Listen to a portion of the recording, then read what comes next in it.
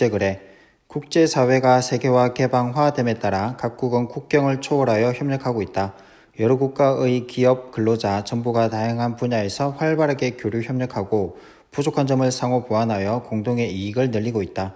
동시에 경쟁이 더 치열해지고 경쟁 상대도 국내뿐 아니라 세계로 확대되고 있다. 기업은 경쟁력을 확보하려고 하나의 상품을 생산할 때 국제적으로 분업하거나 여러 국가에서 재료나 부품을 수입하기도 한다.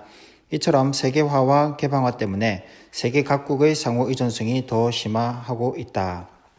네, 우리나라는 아무래도 북한이라는 나라가 육로로 막혀 있고 나머지는 전부 다 바다로 가야 되기 때문에 일명 국경놀이 같은 거 못 하잖아요. 국경놀이 예를 들어서 다리 하나 걸치고 이쪽은 A 나라, 이쪽은 B 나라. 유럽은 그런 장난 많이 하잖아요. 다리 하나 걸치고 스위스, 독일 이렇게 오스트리아 이렇게 장난치기도 하는데 우리는 그게 불가능하죠.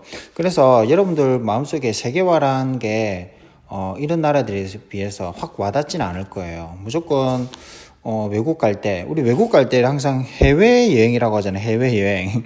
근데 해외여행은 바다 밖을 나가는 게 해외여행이잖아요. 그래서 우리나라는 해외를 가려면 무조건 바다를 밖으로 나가야 되니까 이렇게 국외여행이라 안 하고 해외여행이란 말을 많이 쓰고 있죠.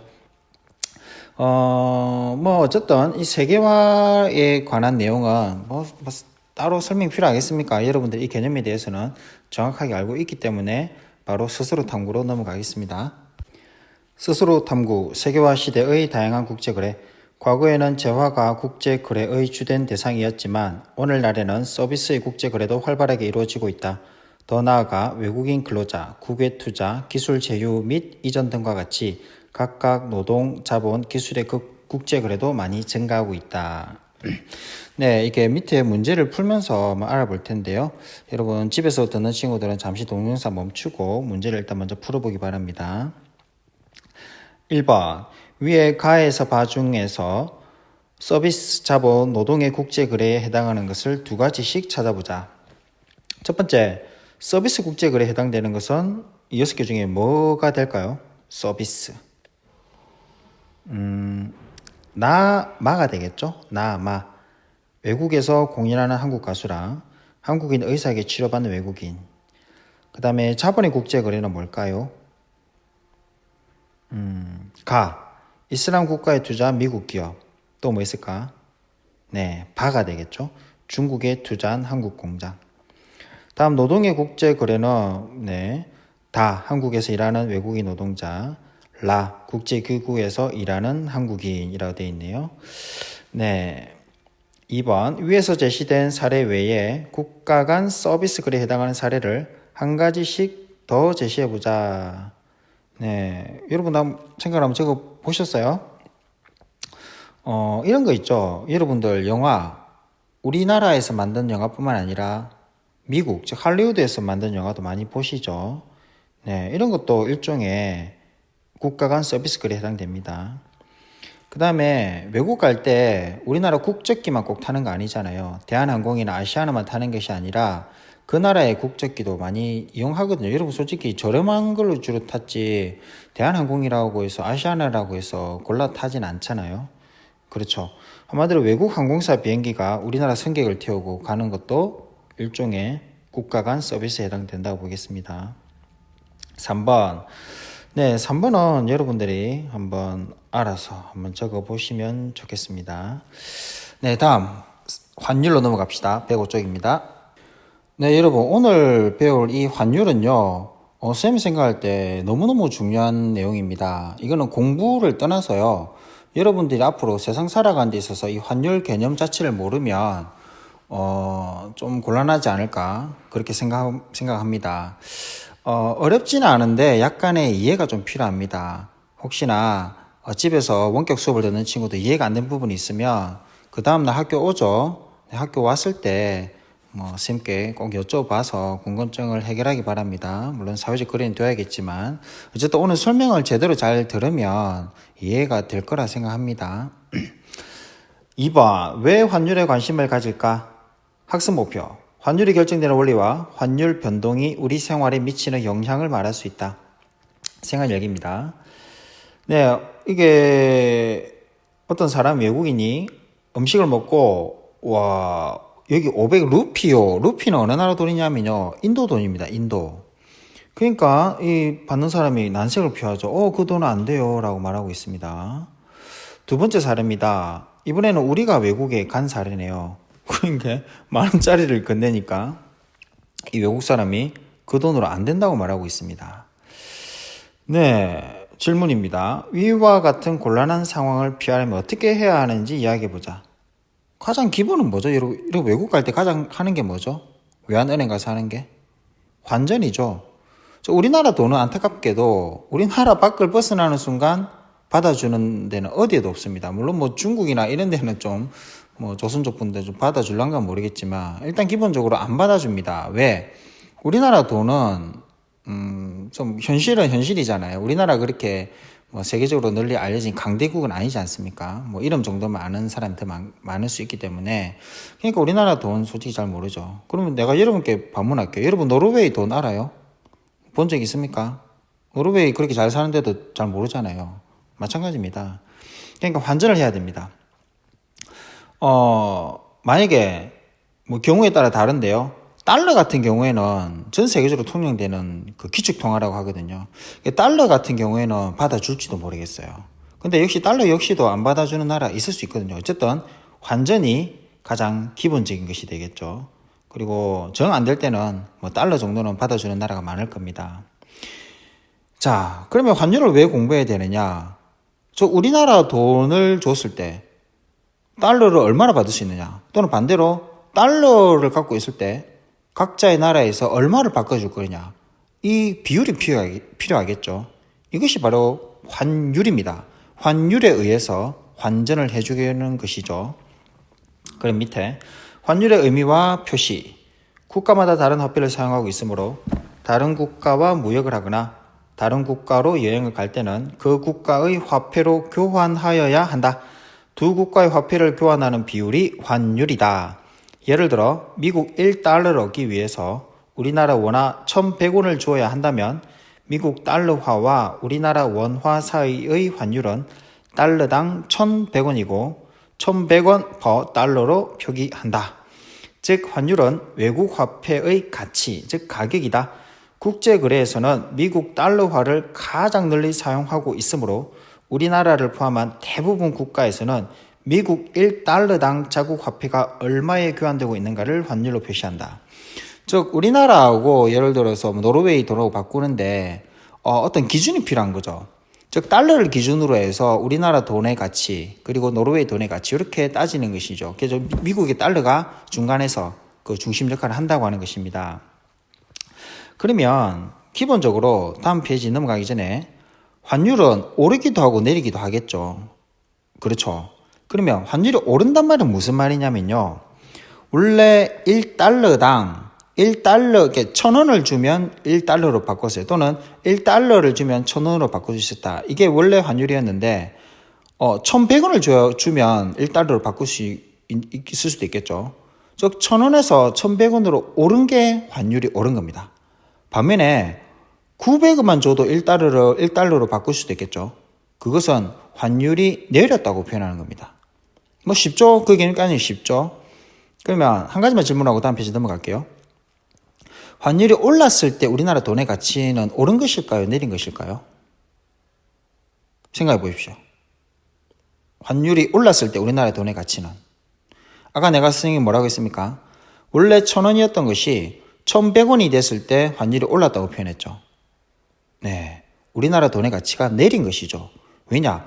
1,000원만 주면 1달러로 바꿀 수 있었는데 이제는 1,100원을 줘야 1달러를 받기 때문에 우리나라 돈의 가치는 내린 것입니다. 반면에 환율이 내리면 어떻죠? 네, 원래 1,000원 줘야 되는 것을 900원만 줘도 되기 때문에 우리나라 돈의 가치가 올라가는 것이죠. 네, 거기에 따라서 여러 가지 나에게 이익이 될 수도 있고 손해가 될 수도 있는 것이죠. 그만큼 환율은 굉장히 중요하거든요. 다음 페이지를 통해서 조금 더 자세히 알아보겠습니다. 환율의 결정, 재화와 서비스의 가격은 시장에서 수요와 공급으로 결정된다. 마찬가지로 외국 화폐의 가격인 환율도 그 외국 화폐의 수요와 공급으로 결정된다. 예를 들어 달러의 수요와 공급으로 미국 화폐 1달러라는 상품의 가격, 즉 달러 환율이 결정된다. 왼쪽에 그래프 있죠. 우리가 교과서 85쪽에 수요 곡선과 공급 곡선 배우지 않았습니까?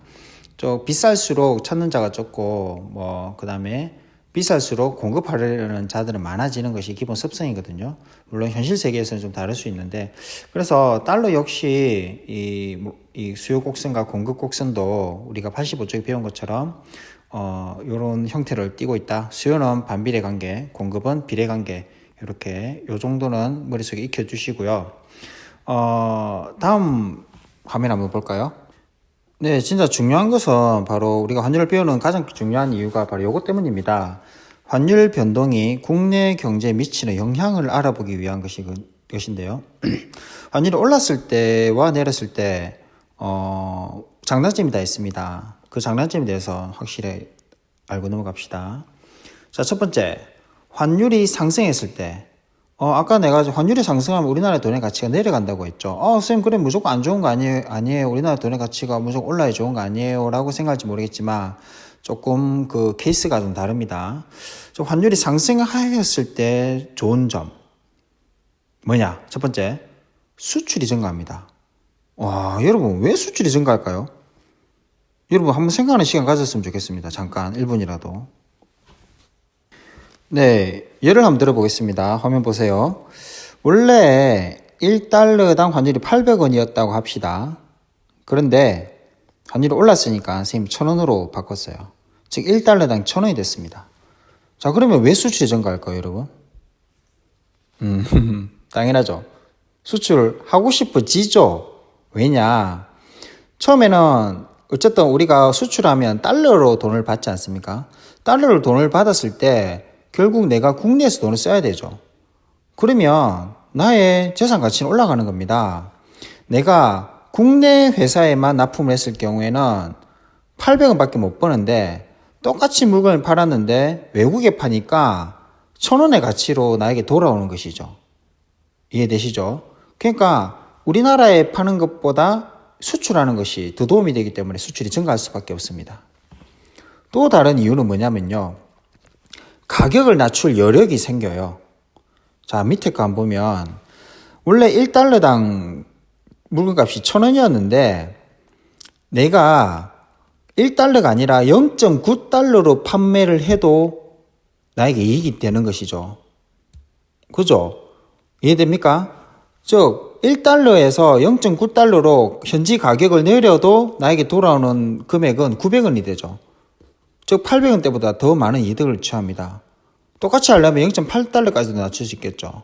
즉 한마디로 내가 외국에 파는, 미국이라고 합시다. 내가 미국에 파는 제품의 가격을 100만 원에서 90만 원으로 낮춰도 나에게 이득이 되기 때문에 물건이 더 잘 팔리겠죠.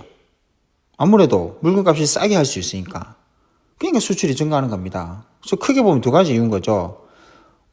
동기가 부여가 되기 때문에 수출이 증가할 수도 있고요. 또는 가격을 낮출 수 있기 때문에 실질적으로 물건이 더 많이 팔려서 수출이 증가하기도 되는 것이죠. 여기 이해됐습니까? 예, 이해됐죠? 네, 그렇게 되면 당연히 생산이 증가되고, 그럼 고용도 확대되고, 그럼 사람들 일자리가 늘어나니까, 그죠? 또는 월급이 올라가니까 국내 소비 시장도 활성화가 되겠죠. 하지만 부정적 효과가 있습니다. 환율이 상승하면 우리나라 돈의 가치가 상대적으로 떨어진 거잖아요. 그러니까 과거보다 더 많은 돈을 지불해야 수입 자재를 사올 수 있는 것이죠. 그렇죠. 수출은 쉬웠지만 이제 반대로 수입했을 때 가격이 올라갑니다. 가장 대표적으로 기름값이 오를 수가 있겠죠. 그러면 생산 비용이 증가하게 되죠. 공장에서. 그렇게 되면 물가가 상승할 것입니다. 그리고 달러의 소진 비율도 증가하기 때문에 즉 외국의 빚이 좀 증가하게 되는 외채 부담이 증가하게 되죠. 다음에 오른쪽에 환율 하락했을 때입니다. 환율이 하락했단 말은 우리나라 돈의 가치가 올라가는 것이죠. 그러면 상대적으로 어떻게 되냐? 수입 원자재 및 상품 가격이 하락합니다. 그렇죠. 그러면 생산 비용이 감소하고 물가가 안정되겠죠. 그러면 외채 부담이 줄어들게 됩니다. 하지만 환율이 하락하게 되면 아까 선생님이 말한 것처럼 우리나라 돈의 가치가 올라가기 때문에 수입하기가 좀 쉽다 그랬죠. 그러면 수입이 막 증가하게 되죠. 우리나라 제품이 좀 덜 팔리고 외국 제품이 더 많이 팔리게 되는 것이죠. 그러면 국내 기업이 생산이 위축되고 고용 감소가 됨으로 인해서 실업이 증가할 수 있습니다. 그럼 한 가지 딱 질문합시다. 여러분, 해외여행 갈 때는 환율이 상승했을 때 가는 것이 좋을까요? 환율이 하락했을 때 가는 것이 좋을까요? 당연하죠. 환율이 하락했을 때 가는 것이 가장 좋겠죠. 어차피 외국 가려면 달러로 바꿔야 되잖아요. 그러면 환율이 하락하면 돈 조금만 줘도 달러로 바꿔주니까 훨씬 이득이죠. 그렇죠. 그리고 유학 보낸 사람도 어떨까? 유학 보낸 사람도 엄청 좋죠.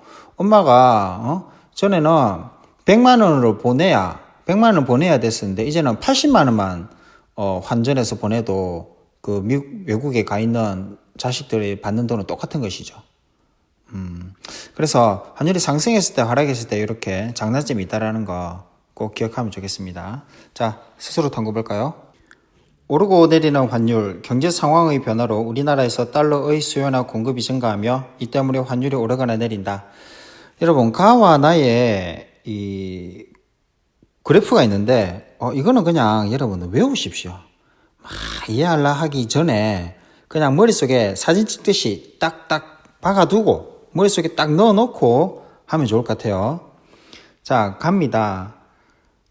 달러의 수요가 증가했다. 즉 달러의 수요가 증가했단 말은 달러를 찾는 사람들이 늘어났다고 하는 것이죠.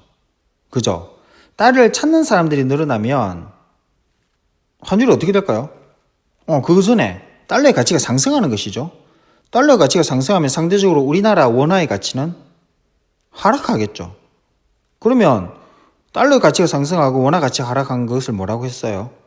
환율이 상승했다라고 아까 표현했잖아요. 그죠? 그래서 환율이 상승하면 1달러를 얻기 위해 원화를 많이 지급함으로 원화 가치가 하락한 것이에요. 이렇게 돼 있죠. 수요가 증가했을 때. 반면에 나와보겠습니다. 이번에는 공급이 증가하는 케이스입니다. 자, 달러의 공급이 증가했습니다. 즉 한마디로 미국은 달러를 막 찍어낼 수 있는 이런 권한이 있거든요. 그렇죠? 그러면 달러를 막 찍어내니까 달러가 숫자가 많아지는 것이죠. 여러분, 아무리 좋은 거라도 많아지면 좀 가치가 떨어지잖아요. 그래서 달러 공급이 증가하면 맨 밑에 달러 가치는 어떻게 된다? 빈칸에 뭐라고 적으면 될까요? 하락. 그럼 상대적으로 우리나라 돈의 가치는 상승. 그러면 환율은 하락이 되겠습니다. 이해됐죠? 자, 빈칸을 채워보자 했고요. 2번, 다음에 제시된 현상이 달러의 수요 증가 요인이면 수요를, 달러의 공급 증가 요인이면 공급을 밑줄 친 곳에 적어보자 라고 되어 있습니다. 자, 미국 상품의 수입이 증가했습니다. 이거는 달러의 어떤 요인일까요? 네, 수요 요인이죠. 수요. 미국 여행 간 한국인 증가. 네, 수요입니다. 왜냐? 둘 다 뭡니까? 상품을 수입하려고 해도 달러로 지불해야지 우리나라 원을 주면 안 됩니다. 그러니까 달러로 바꿔야 되죠.